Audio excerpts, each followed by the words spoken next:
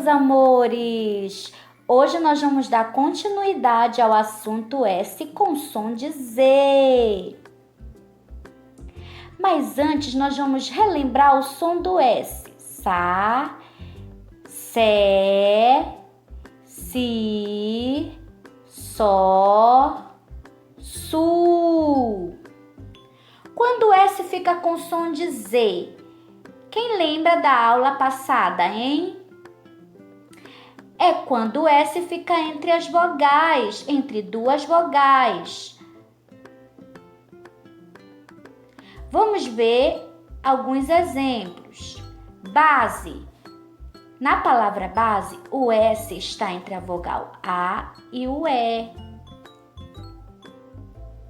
Peso. O S está entre o E e o O.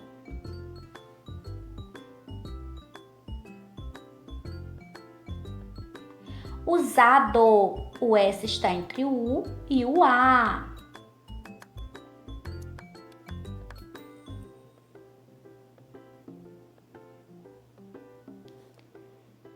Pisou. O S está entre o I e o O. Lisou. O S está entre o I e o O. Lembraram, meus amores? Agora vamos para as atividades. Página 117.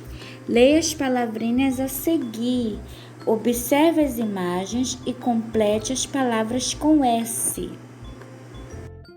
Página 118. Leia e ligue. Forme palavras com as sílabas do quadro.